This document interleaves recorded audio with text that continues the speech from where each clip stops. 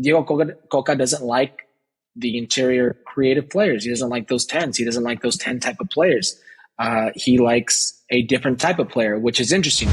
Football debates, hot takes, and analysis our way. With compas and a carne asada, this is Futbol Asada. Welcome home.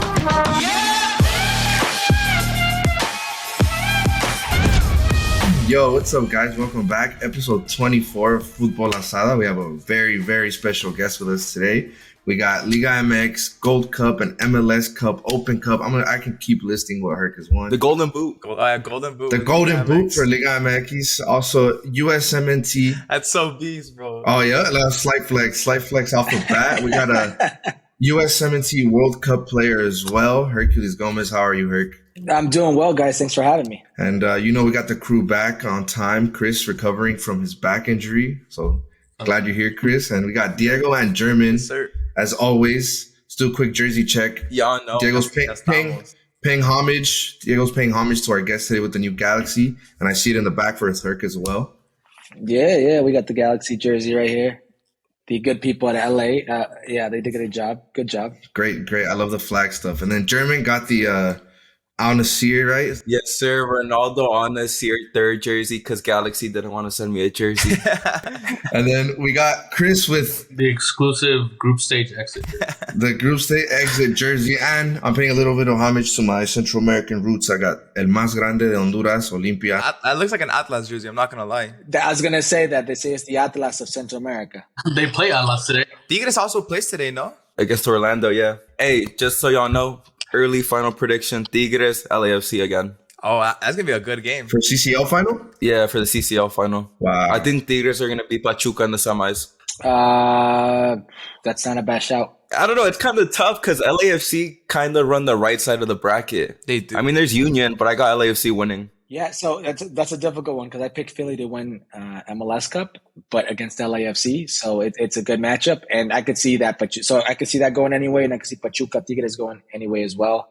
Just because I'm not convinced con este Tigres with Chima Ruiz. So La Limochima is on it's on E right now, so we'll see. True. I mean, Tata Martino might take over Tigres. We'll see though. If he does, say goodbye to Lainez. He's done, bro. Talking about Tigres and all this stuff, I want to hop into Herc's personal experiences as a pro player first. And kind of like what we're centering this episode around. It's going to be a lot of the dual nat stuff. I know, Herc, you're a champion for that type of stuff. He's the OG. Yeah, he's the OG. Yeah, man. OG. That's fucking I'm one of them. There are a few before me, but I'm definitely one that, and it's a good way of saying it, champion.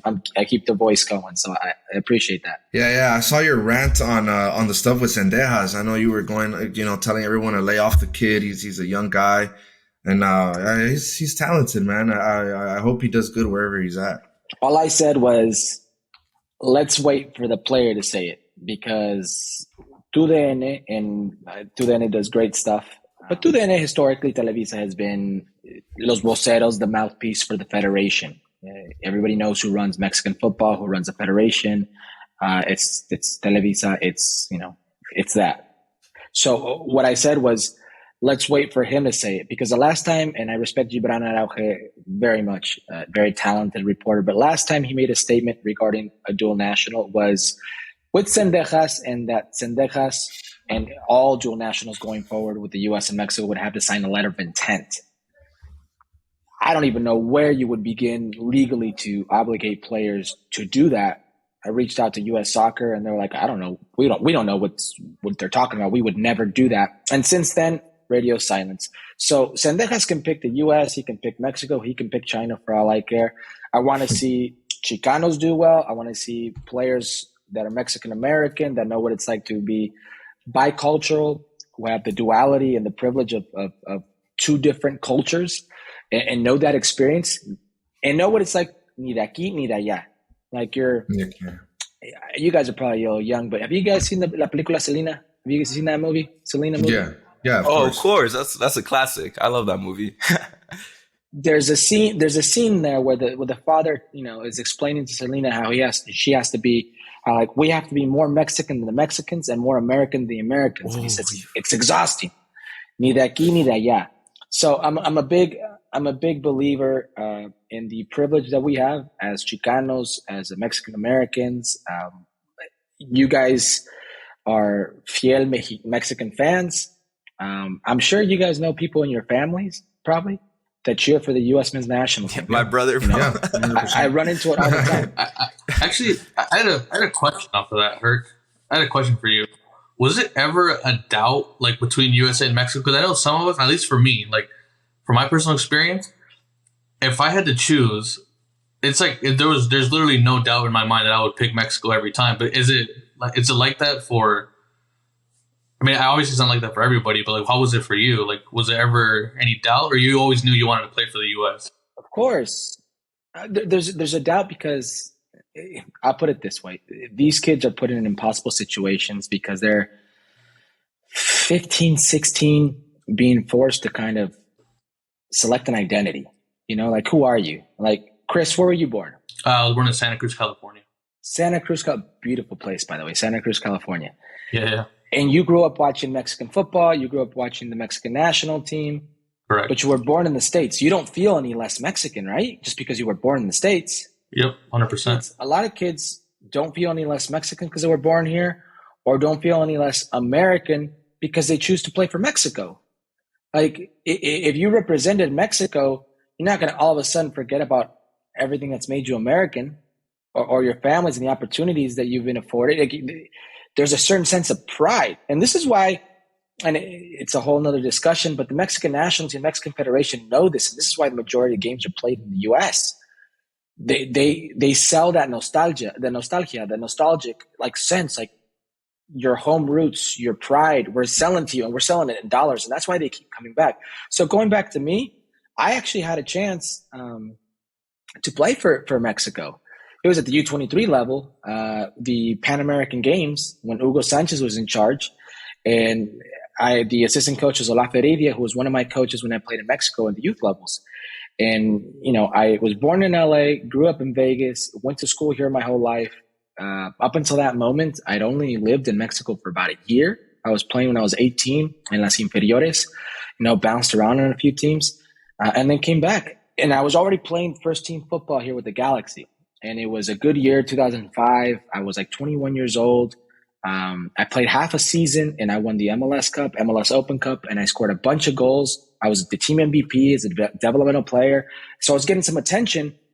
And here we're talking Sub-23, and then on the other hand, we're talking full national team in a World Cup year.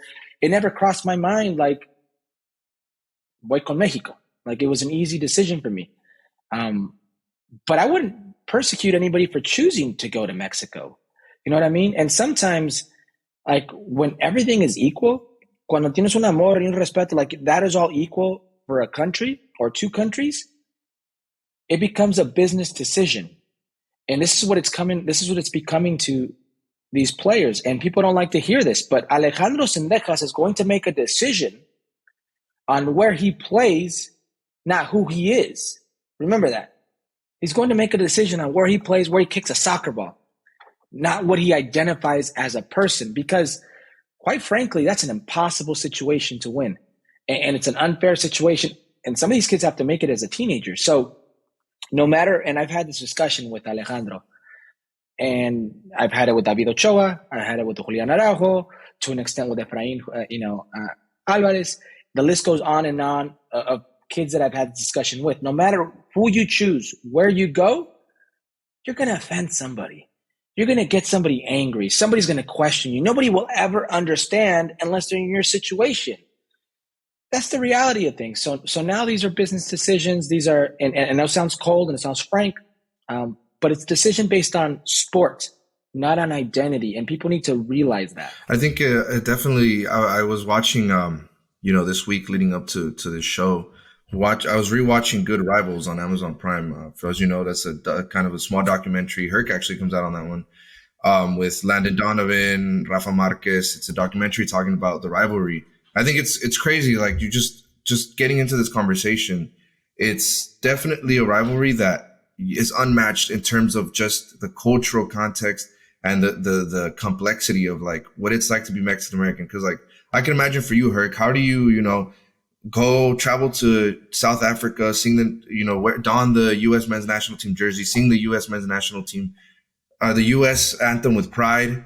Like really represent your country. Come back home and you're eating chilaquiles in the morning or something. Like it's crazy. But that's what it's like to be American. I mean, Yeah. This is like on social media. It doesn't matter what platform. I run into kids all the time, like you guys, and they have dual flags. They have more than one flag on their handle, on their bio. An American flag, a Mexican flag, a Cuban flag, an American flag, a Brazilian flag, an American flag, et cetera, et cetera, et cetera. This is the world we live in. We're a globalized community. Everybody in this world, I mean, look at the amount of national teams that have dual citizens or naturalized citizens on their national team in the sport. France, majority of those players, their parents are from other countries. Germany as well, it's coming that way. England, same thing. The US, ni hablar. That's the way the world is going, and there's nothing wrong with that. No. For me, it was a great sense of pride, because I one of the coolest things for me is I'm a firm believer in representation. It matters. Like, we need to see people that look like us, that talk like us, that have the same ideals, values, and upbringing like us in positions of power. Whether it's management, coaching, ownership, et cetera, that's when you will affect change. People don't realize sometimes these things. And for me, it was a great sense of pride of representing the U.S. because I was a Mexican-American representing the U.S. And that's one of the coolest things I get is when I get kids like you, your age, come up to me like, man, I love what you did for us. Even though I just played a game, now what I do now, I think affects in a greater course or change because, listen, I follow a bunch of you guys on different platforms and you guys go viral quick for like a 10-second clip. So what you say carries weight. It has power. There's a wide net being cast. So you guys, in some way, are in this communications business like I am. And I feel I have a responsibility. I'm not trying to say you have a responsibility, but it carries weight and you represent something. So for me, I represented something. For me, that was great. And you're right.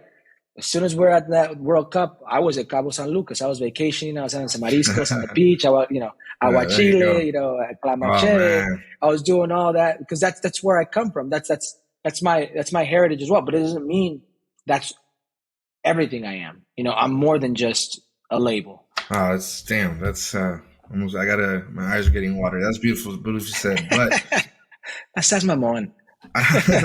Oh yeah, social media. You mentioned it and how the platform has changed, and we're reaching this specific moment in time. It's so easy for the Alejandro Zendejas of the world, the Jonathan Gomez's of the world, the Richie Ledesmas and Alex Mendez's to hop on Twitter, to hop on Instagram, to look at their comment section and look at their, the Twitter threads and see all this disgusting shit on there, like all these toxic, really nasty stuff.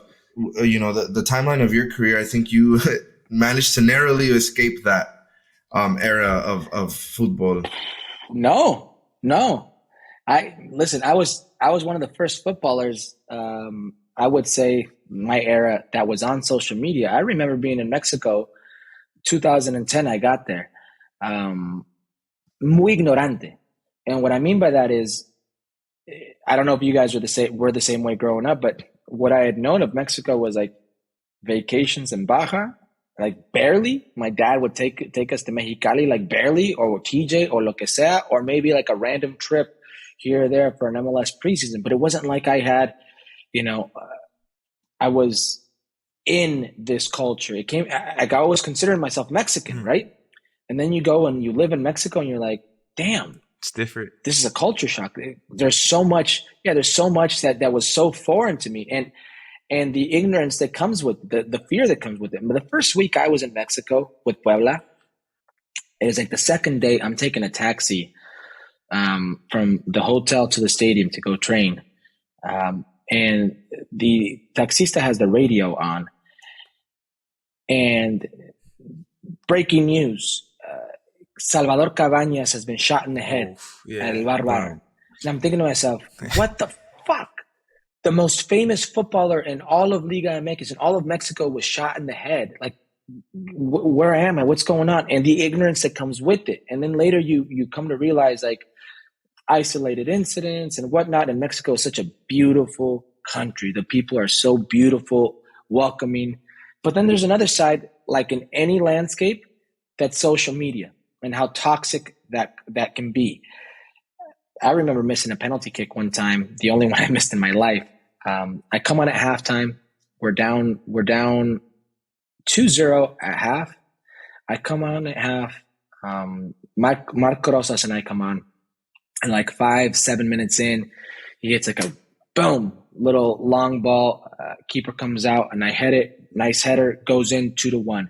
Game keeps going, Final minutes of the game, handball in the box, penal. Nobody steps up. Oribe Peralta, I ask him, you want to take it? Doesn't want to take it. Darwin Quintero doesn't want to take it. You know, everybody who was on the field that you thought would have taken it, Carlos Adrian Morales, didn't want to take it. I'll take it. I just scored a goal. It's not the first penalty kick I've ever shot in my life. Dying minutes. Chivas fans go up to the ref. There's a bit of, you know, by the time I take it, it's like 3 minutes later. I'm now in my head thinking I should change it. Mark Rosas comes up to me. He goes, you want to take it? I'll take it if not. And I said, sure, I'm going to take it. Boom. Put it down. I change where I'm going. I miss. Oh. God.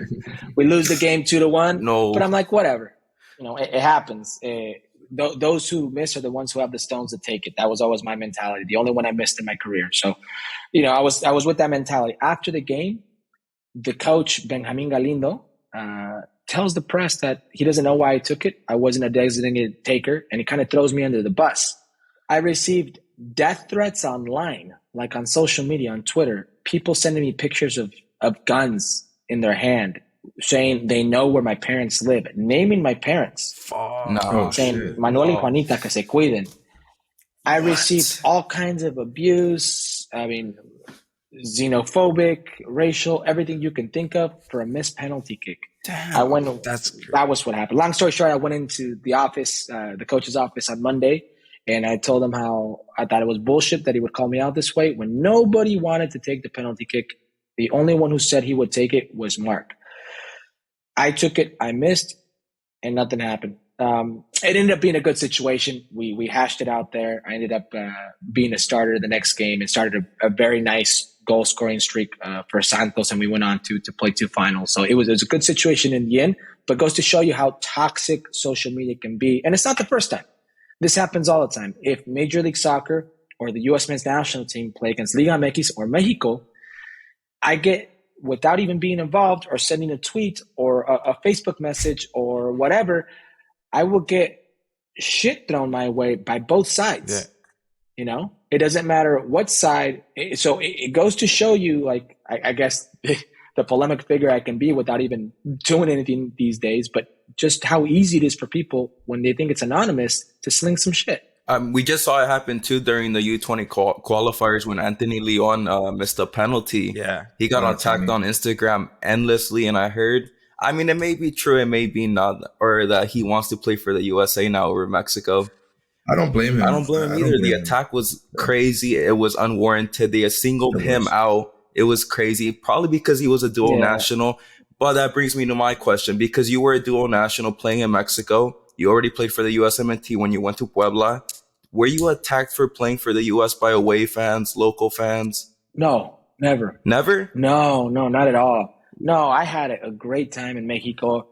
I was never attacked for being part of the U.S. men's national team. Okay. I was always El Gringo.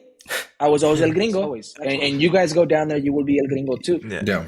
Been there, When you prove yourself, you're their Gringo. You know what I mean? And I always thought that was very cool of how the Mexican culture. You guys know how we are. The Mexican culture. Yeah. It's un orgullo. Like the orgullo mexicano is such a beautiful thing, but pride isn't a great thing. Pride can be beautiful, but pride isn't great. Remember that. Pride is a crutch, and sometimes we can go overboard as humans with pride. But when I was in the state or playing in the States and living in Mexico, I never felt like I was in danger because of where I played football. I definitely felt different, but because they identified you differently. But I always felt like I was part of their ecosystem. And this happens to anybody. It doesn't matter what nationality they are in. Every time I would go to a new team, they don't pass you the ball. They make it difficult on you. You have to prove yourself. Why? Because you're taking somebody's position or trying to take their position. You're trying to take food off their table. It's a cutthroat business. It's not like, hey, let's go have some beers after this. No. You're there to work and you're there to steal somebody's position, take somebody's livelihood. So when they see this and they have groups of friends, they make it difficult. It's not until you prove yourself and there's no other way but to be accepted that things go easier. But this isn't a nationality thing. This is a first division, you're at the top, everybody fights for themselves thing. All right, then. So when you went to Puebla, you said you have to earn your place. How was it? You became the top goal scorer in the Liga MX in your first season. You won a spot. You earned your spot to make it to the USMNT roster. Then you went to South Africa. How was it? How was the World Cup? Every time I hear a pro talking about going to the World Cup, it's like the biggest orgullo they have. So how was it for you? It was a life-changing moment because months before I went to Puebla, I was out of a job. Kansas City, I was negotiating with Kansas City and we had something on the table and then they just said, fuck it. Here's the deal. You're going to make the same amount of money and it's about 80% of what we negotiated. Take it or leave it. And I was coming off a knee injury and I had a difficult year and I just said, I'm not taking it. I went back home. I was at my parents' house. I was at a 24-hour fitness working by myself, working out by myself. And this opportunity came about. When this opportunity comes about, the first thing Chelis says to me when I come into the locker room was like, welcome to Puebla. It wasn't in the locker room. The first thing Chelis says to me when he sees me is like, welcome to Puebla. I didn't bring you to play. I brought you so you can work hard, písale los talones, to the ones who are in front of you, like make them feel uncomfortable. And every once in a while, I'll throw you a bone and we'll see if we can get you on the field. It wasn't that way. Yeah, it was no money. Sooner rather than later, I started getting on the field and I started scoring goals. But I was always scoring goals off the bench. I started 5 games that year and won a goal scoring title. That's crazy. And I played 700 and something minutes. It's probably, you guys would have to do the math, but it's probably one of the best goals per minute ratios in the history of Mexican football. I won a goal scoring title with Javier Hernandez. The only difference is Javier Hernandez gets sold to Manchester United and I get sold to Pachuca. But when this happens, it completely changes my life because all of a sudden I'm getting real world footballing world offers to play a game. Life-changing numbers being thrown my way. I remember one time I'm here at the 30-man camp. I'm preparing for the 30-man camp for the World Cup, and I'm training with Chivas USA, que en paz descanse, here in LA, and I get a phone call, weird number, and I pick up, and it's Jose Antonio. I believe it's Jose Antonio Garcia, the owner of Garces, ex-owner of Atlante, excuse me, and he goes, I'm in LA. I want to come see you. He's like, I would love to have dinner with you. And he's like, dinner with you and your wife. And I'm like, well, it's just me, not married. But absolutely, sure, where are you? And I'm like, I'm in LA right now. What part of LA? And I was staying somewhere here in the South Bay, training at the, Carson. He goes, I'll meet you tonight, Beverly Hills, Mr. Chow. Okay. I go and have dinner with him and his lovely wife, and he's schmoozing. He's given, a talk of why he thinks I should come play with Atlante. And he goes, listen, I'm just going to stop talking. And he slides over a big manila envelope. I open the envelope. It's more money than I'd ever seen in my life. The most I ever made in Major League Soccer was $52,000 a year, and this guy's offering me more to play a month. And I'm sitting there and I'm sitting there like, I appreciate this offer, but I can't sign this. My agent's here. We'll call him over. We'll bring him up. Long story short, it doesn't materialize. I started thinking to myself, with all due respect to Atlante, if Atlante was, had some history, but not a big team, and I had big teams knocking, what this could do, what this could be for me. And it changed my outlook on life. It literally changed my life being in Mexico that first year. I ended up signing with Pachuca, played the World Cup. The same year, played the Club World Cup. It was one of the most unbelievable years of my life. And it wouldn't have happened if I wouldn't have taken the chance of going, to a team like Puebla on a 6-month deal. Talking about offers, did you ever get a European offer? I think I did hear that you got an offer, at least like in your older years, but you didn't take it. Is that true? So it was actually after this year that I'm talking about, the season, I should say, goal scoring champion, heading into the World Cup. It was after that year. I had 2 offers in Spain and 1 in the Ukraine. And they were both 1-1 deals, like 1 year, 1 option year. And the money was not as great as in Mexico. Right. I was 28 years old now, and I was playing catch up. If this offer comes to me when I'm 19, 20, 21, 22, 23, 24, I think differently. But my mindset was I need to catch up financially, and I didn't go. And when I'm talking the money was different, it was way different. It was like the Spanish offers were at least 70% more of what I was making in Mexico. My agent at the time, one of the best pieces of advice he gave me, because at that time, Spanish football with those type of contracts were how they explained it in negro, like you wouldn't be guaranteed. Some of these clubs didn't pay you. He recommended I stay in Mexican football he's like, I think this is an avenue you can take advantage of for after your playing career, which is already something that I was already thinking about, later in my heading into my 30s. And he was ultimately right. This staying in Liga MX and kind of being, El Gringo in Liga MX or one of the American players who did well in Liga MX afforded me these opportunities that now I have, in my playing career. But definitely, for sure, it was there. I always think of that what if, but I was already at 28, years of age, and I was in a different mindset. But I always think like, if I was younger, the money wouldn't have been an issue, because I know what it's like not to make money. I didn't make money for the first 27 years of my life. So what would have been the difference? Yeah. Well, what teams were they in Spain? In Spain, nothing too crazy. It was an agent that had connections in certain teams. In Ukraine, it was Dynamo Kiev.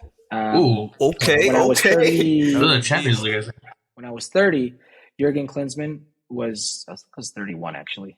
31, I was at Santos Laguna. Jurgen Klinsmann was a coach of the national team, and he was actively trying to get me to go to Europe. And he helped me out with Andy, who was his lawyer, who represents him in certain things. And there was West Brom Albion. There was there was Grasshoppers, and then there was Augsburg FC. And you guys know why Augsburg FC is famous now, Ricardo. Back then, they were really interested in me, but they wanted to bring me in to look at me. They had a talk with Jurgen. It's between him and this other Korean forward at the time. And Jurgen goes, hey, they want to bring you in and look at you, see how you are physically. Believe it or not, the money was still better in Mexico. But I wanted to go now. Like now I'm in a situation where I put a bit of money in my pocket. I want to see what this is about. And I call Alejandro Iragorri, who's now obviously in the news because he's one of the proponents that's running Mexican football today, Presidente Orlegui Sports. He was owner of Santos, and I call him and I explain the situation. He pretty much told me, Herculez, you're over 30. You have a contract with us. If Augsburg want you, they can make an offer. You're not going to go train with anybody. I was in Russia at the time because we were a national team going to play against Russia. And I was also on my winter vacations with Santos Laguna. Tough, but I understood the situation. They can't just go let me train and then something happens and what happens to Santos Laguna's investment.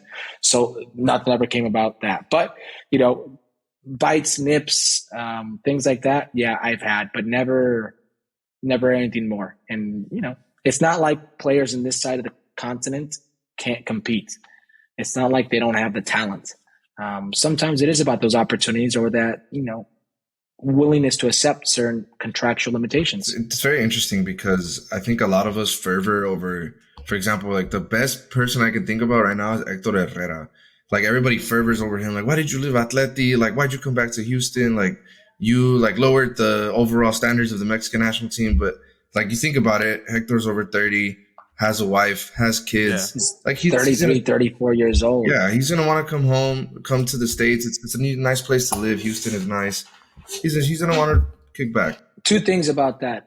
First one is Hector Herrera, like it being a Winter World Cup, threw everything for a loop because he would have played a Summer World Cup and then came to Major League Soccer. Nobody would have said anything, right?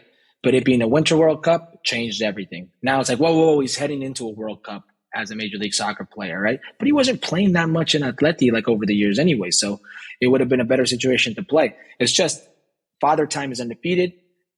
We get older, we get slower, we get more prone to injuries, and that's what happened to Hector Herrera leading up to the World Cup. Hector Herrera holds a special place in my heart. When I was in Pachuca, he was one of the 17, 18-year-old kids who would come up to the first team and train with us. I would pick Hector Herrera up on the side of an interstate and take him to training, and then drop him back off at the side of an interstate so he can go back home. That's so beast. And this man is all of a sudden the captain of Porto. He's one of the best Mexican national team players of recent history. And now he's making close to like $4 or $5 million playing in Major League Soccer. And it's just the nicest kid you could ever think of. Hey, y'all heard it right here. Without Herculez Gomez, Ache would have never been a thing. If he never picked him up at the interstate, he would have never been a thing. That's actually funny, bro. And he's honestly one of the most humble and just like low-key great dudes in the sport. Like, I played professionally for 17 years.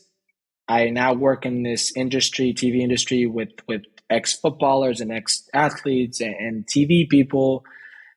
Not everybody you meet is a good person. Not everybody you meet do you want to root for. Like, he's a guy you want to root for. He's a guy you're like, damn, like, I'm happy good things happen to this guy. So you're telling me you also are the reason Hector Herrera locked up Ronaldo in the Champions League, bro. That's crazy. That's a big accomplishment. Hey, yo, chill on that. What do you mean Ronaldo? He played against Pogba. No. He did not grow up against Ronaldo. Ronaldo's the 9. Ache was marking Pogba and Bruno. Yeah, he locked up Ronaldo that game. He was... No one could lock up Ronaldo. Ronaldo locks himself up. Right? You used to see this kid come up to first team training, and you're like, damn, this kid is good. Box to box, and he was silky on the ball, and he was strong. Like, this kid was strong. And to see him like now, to see where he's been, to see where, how he continues to kind of shut people up and listen. And part of my job is to voice my opinion, and I have to be fair. So if he doesn't play well, you have to say he didn't play well, right? But knowing his story the way I do, knowing like how they treated him in Pachuca, because it wasn't always roses. Like, they would send this guy to second division Tampico, then he would come back, and then they'd send him out somewhere else, and then he would come back. Like, they put him through the ringer, and this guy absolutely everything he achieved, he deserved. Like, he worked for it. Yeah, no, 100%. One thing I didn't like about the Mexican fans, they were kind of giving him a lot of stick for going to MLS. Kind of like, oh, you lowered the standard, this and that. You should have waited if you had a winner mentality. But the thing is, he didn't fail Mexico. Mexico failed him by not putting more Hector Herrera. Like, look, I'm gonna get you upset right now, Chris. But how is it that you heard more about Hector Herrera coming to Major League Soccer at 33, 34 years of age than you heard about Diego Lainez uproar? Seriously. Going back to Liga MX to Tigres at that age. Like, that blows my mind. That does. And Hector Herrera came back, captain of Porto, like top 5 foreign players in Porto's history, playing Atletico, won a league title with them, and it comes back for a payday, no problem. Diego Lainez is, with all due respect to Diego Lainez, we can't sit here with a straight face and say Diego Lainez is going to start tonight. Tuesday today, they're going to play against Orlando in the CONCACAF Champions League. You can't say with a straight face that for certain he will start. That's not a certain. Yeah. Oh, 100%. He may start, but like a right wing back, he's not a starting winger.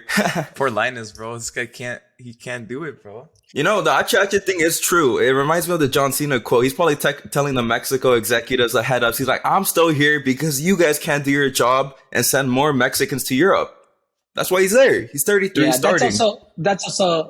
That's also a double-edged sword, because listen, it'd be very hypocritical for me to say like these guys need to leave and not worry about the money, because I didn't leave and I worried about the money, right? For the same reason these guys worry about the money. Listen, I didn't make shit playing Major League Soccer my first half of my career. some of these guys aren't making money, and then it's their families aren't making money, and there's the opportunity for them to make money and not only secure their future, but their family members' future. I remember when I was at Santos, there was a 16, 17-year-old kid that Santos bought from a second division Colombian team. His name was Andres Renteria. And this kid had some crazy gifts. Like, he was big, he was silky on the ball, he was quick, he had a bomb with the right foot, bomb with the left foot. Pedro Caixinha one time called him out, and he's like, I've only seen two players in my career. I've only been in front with two players in my career with your ability. Nani and Cristiano Ronaldo. He's Portuguese and whatnot. And I'm sitting there and I'm thinking to myself, like, damn, that's crazy, but maybe he's got a point, because this kid has some crazy gifts. Anyways, this kid gets sold from this Colombian team, Deportivo Petrolero, I think it was, or something like that, to Santos Laguna, and he brings over, like, not only his family, but like an entourage of people. He was the head of the household at 16, 17 years old for like 15, 20 people. He was in charge of these people and their livelihood. And he's one of many that I ran across in different spaces in football that are like that.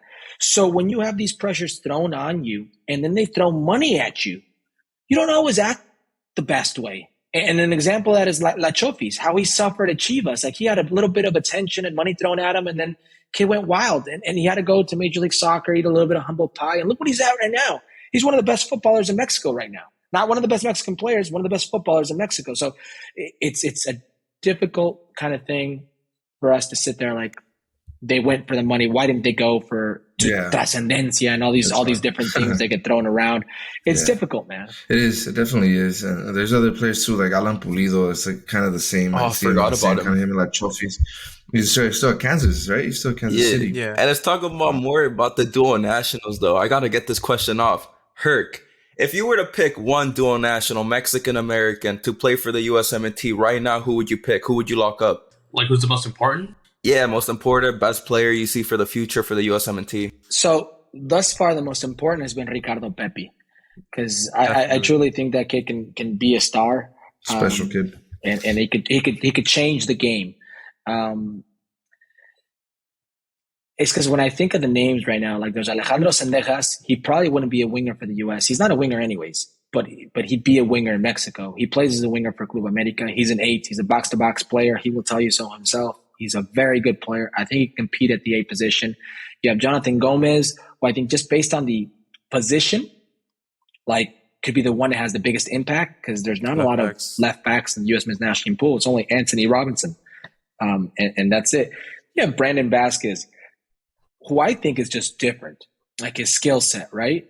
You got to forgive me for not remembering this kid's last name, but there's a kid in the LA Galaxy system right now. His name's Alex. Alex Alcalá. Yeah, if I could lock down any player right now, it would be him. Just because in general, when you see Americans abroad, they're not central focal pieces in the final third. Like Christian and Gio are the closest you have to that, right? Other players, like Brendan Aronson, has to work. He has to show how hard he works. He has to be a different player and kind of get plugged in to be effective, right? Timothy Weah is now a right back and left back, and he's a winger. So you get pigeonholed into these other positions because you can't hold. They don't think you can hold the mantle there. It's pretty much only Christian and Gio that have shown flashes of being that guy. This kid is like an old school 10, but dynamic. So if you can continue but even more dynamic. And I don't want to throw names out there because then people get crazy when you're like, oh, you compared him to Messi. It's fine. It's fine. I've been comparing everyone to Messi. Everyone's a Mexican Messi to me. Now it's Chofis again. Yeah. What I'm saying is he's a dynamic 10. He's got pace. He's got skill. He's got vision. He certainly will grow into his body. The kid was like as big as I was my freshman year of high school. I was 4'11", 83 pounds, so this kid's about there right now. So he will grow into his own. But right now he'd be the one I could lock down, because the other positions, and I say it with all due respect, they could end up being very good footballers. But right now, I think every single one of the Mexican Americans we mentioned would have to fight for a place, you know? Yeah, I'm thinking like the Richie Ledesma and Alex Mendez, especially. That midfield is very, very, very stacked for both teams. So yeah. So I wanted to segue a little bit into talking about nuestras selecciones, give a little update for everybody on how both national teams are going, kind of kick it off with Mexico. How are we feeling about this is our first pod since Coca has released that call-up, so we can talk about it a little bit. Who's your snub? Let's talk about it a little bit. Who got snubbed? Number one snub. Well, I've got two. Yeah, it's Victor Guzman and La Chofis. I think those are the two snubs. Yeah, I don't know. I think Pocho. I'm not sure about La Chofis, guys. I think La Chofis had his. He just scored again. Yeah, I know. He just scored against Azteca. He's a Liga MX champion. Put some respect on his name, and I think I know why Pocho isn't getting called up. But I'm not finna talk about it. I think we all know. Per reports, his camp thinks it was the doping scandal as well. Yeah, it probably is that. I don't think it's that. I honestly think because both players are eerily similar in style, Diego Coca doesn't like the interior creative players. He doesn't like those 10s. He doesn't like those 10 type of players. He likes a different type of player, which is interesting. Marcel Ruiz. Marcel Ruiz at Toluca, wow. Yes. you know, is an elegant player, but he's also a two-way player.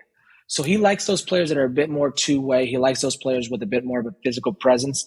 I don't get it because I think good players fit in anywhere. You could, and I think like Chofis has proven in Guillermo Almada's system, you don't play in that system unless you work. It's not just, hey, you have a 10, he steps on the ball, he rolls it, he looks for spaces, and he has the vision to play between lines. No, you're a creative player. That's great, but he did it with Victor Guzman. He's doing it with La Chofis. You have to work. And you can see the way they played against Club America, where they mopped them up in Estadio Azteca. Like, they sat back, they defended, and then they exploited the spaces in transition. So you have to be able to work. He's proven that. So it's doble discurso with Diego Coca, because he says, well, I liked where he played in Pachuca. I don't like where he plays at Chivas. We're talking about Guzman.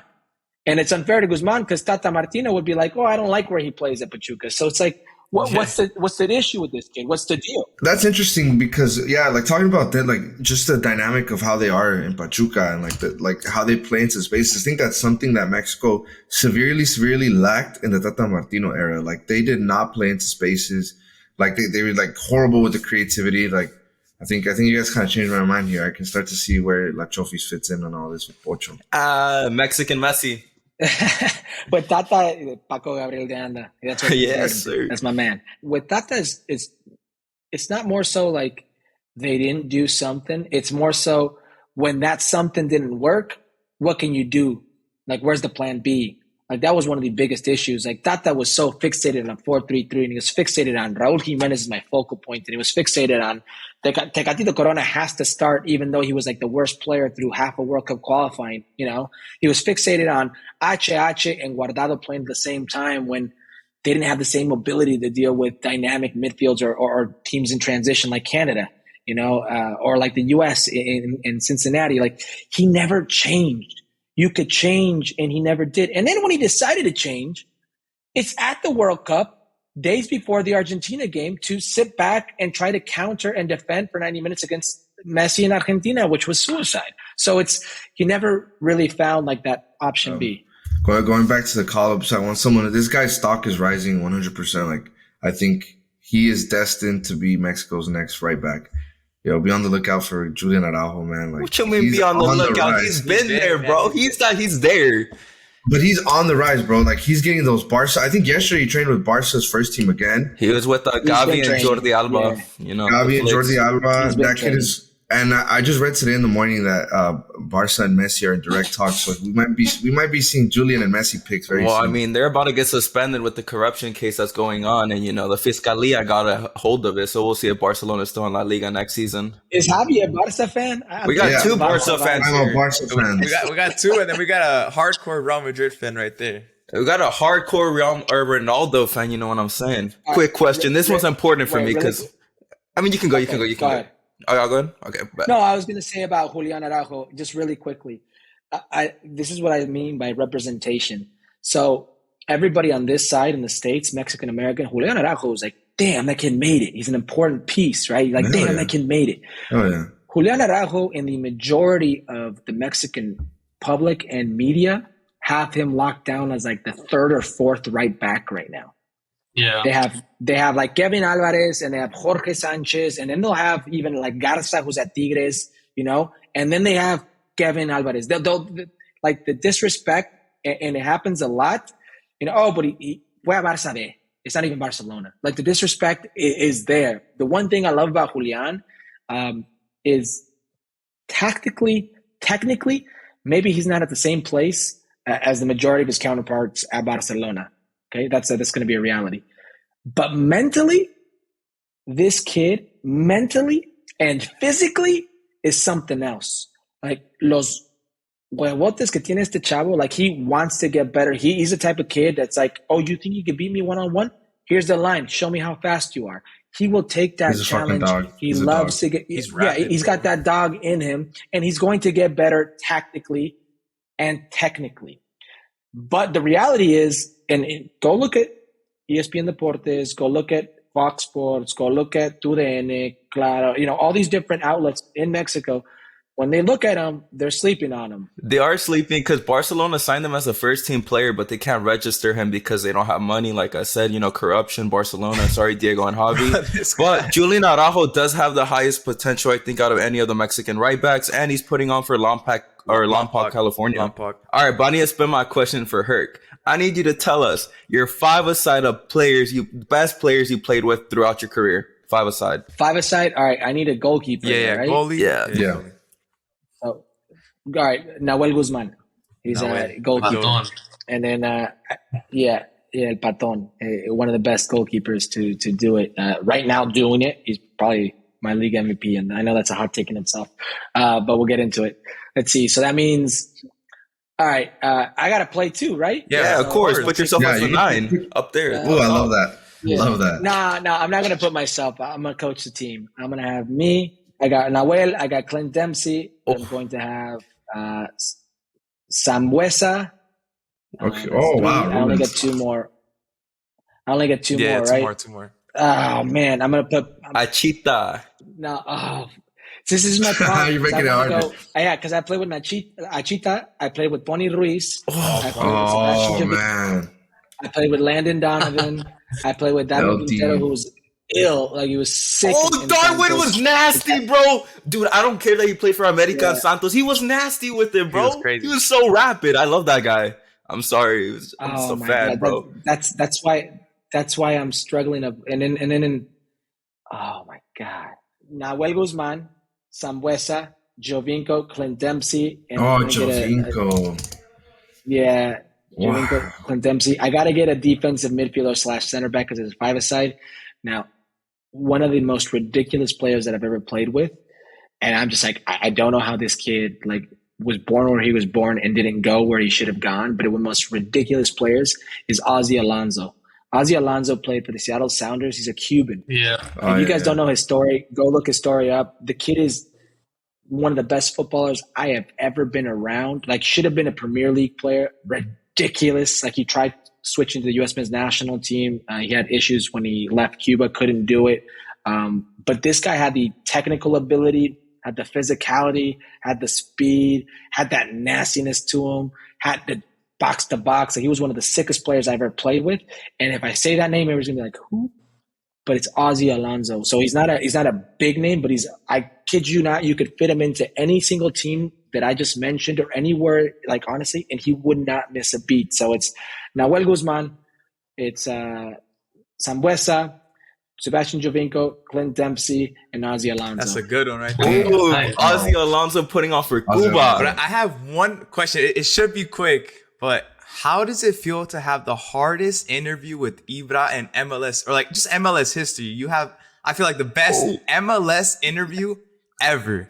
Like, in my that moment was so cold. That shit was so cold. It's cold. You know what's funny is I mean, it's you know how this works, because you guys do like TikTok and whatnot. Like a 10-second clip goes viral and it has nothing to do with what you're actually talking about. So he's absolutely right. Like I'm not going to sit there and compare the career that Carlos Vela had to the career that he's had. Like, that would be just stupid. But I'm asking him, like, right now, who's the best player in Major League Soccer? Because you say it's you, but across the road in the same city, Carlos Vela is tearing up. And by the way, sidebar, Carlos Vela that year had 34 goals, 15 assists when everything was done. Crazy. He won. Oh my God. There's no debate. Zlatan is one of the best to ever come to Major League Soccer. He scored 52 goals in 2 seasons. Crazy. But Carlos Vela scored 34 and 15 assists in that same season that he was talking about. So I know why it went viral.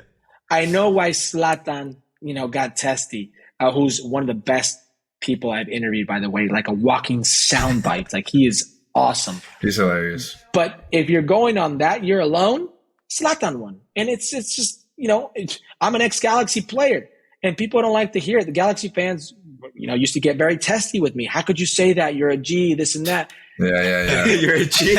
Numbers are called, my man. Yeah, G's up. Yes. Another interview that blew up too on TikTok is the Henry, like comparing Henry to Zlatan. Everyone went after Herc, bro. Yeah. I see the comments, they went after him crazy. But the music and everything fits perfectly. And he's not wrong, though. Henry was better than Zlatan. He won an MLS Cup. Henry wasn't just better than Zlatan in Major League Soccer, and it's no disrespect to Zlatan, but Thierry Henry is one of the best footballers of all time. One of the best footballers in the best leagues, the best league. He's historic, and he's got the national team resume to kind of back it up. And listen, man, people get testy when you touch Zlatan, Messi, Ronaldo. Who would you add to that list? Neymar. To an extent, there are certain names you just can't touch. But this is my life. At the World Cup, I would give a take on Cristiano Ronaldo, like, hey, he didn't play. Santos didn't play him. Was it the correct move? And the guy who started for him had a hat trick in the first half. What do you think? Of course it was the right move. Like, Gonzalo Ramos, you ended up winning the game, so it could end up being the correct move. And people would get crazy. And again, these death threats I would tell you about would surface online. No. Stupidest things. Yeah, like somebody on Instagram, I hope your family dies a painful death. Things like this. Like, it's just par for the course, but yeah. But shout out to Herc for coming through. I think that's all the time we're gonna have for today. But Herc, this was fun, man. Thank you for coming in. We had a blast with you. Let the people know what you're doing, though, where they can find you, what you'll be on, your show. Yeah, so you can find me at Futbol Americas in English, Monday and Thursdays on ESPN Plus, 5:30 Pacific time. Yes. Oh, and you can find me Monday to Friday in Spanish, Español, Ahora o Nunca, ESPN Deportes con Mauricio Pedrosa. And your boy actually is kicking off a podcast in these coming days. So you guys are probably getting the exclusive news. It's going to be called Vamos. And it's going to be a podcast that you guys can catch me on Apple Podcast, Spotify. I'll keep you guys in the loop. But I'm a big fan of you guys and what you do. I follow you guys on Insta, Twitter, TikTok. So I appreciate it, my man. Appreciate it. Thank you, man. Thanks, man. Thank you, guys. Follow us on our socials, Twitter, Instagram, TikTok at Futbol Asada. Actually, I want to announce that officially. We are launching YouTube and Instagram today, the day we're recording. So by the time you guys hear this, Milagro, we'll have the Instagram launch. We're out there. And also follow CABRA Futbol on Twitter, Instagram, TikTok. Shout out to CABRA Futbol for helping us with the podcast. And y'all know, download the podcast. We'll catch y'all later. Peace. Guys. Boom. Banger. Thank you so much, Herc. That was fun, bro.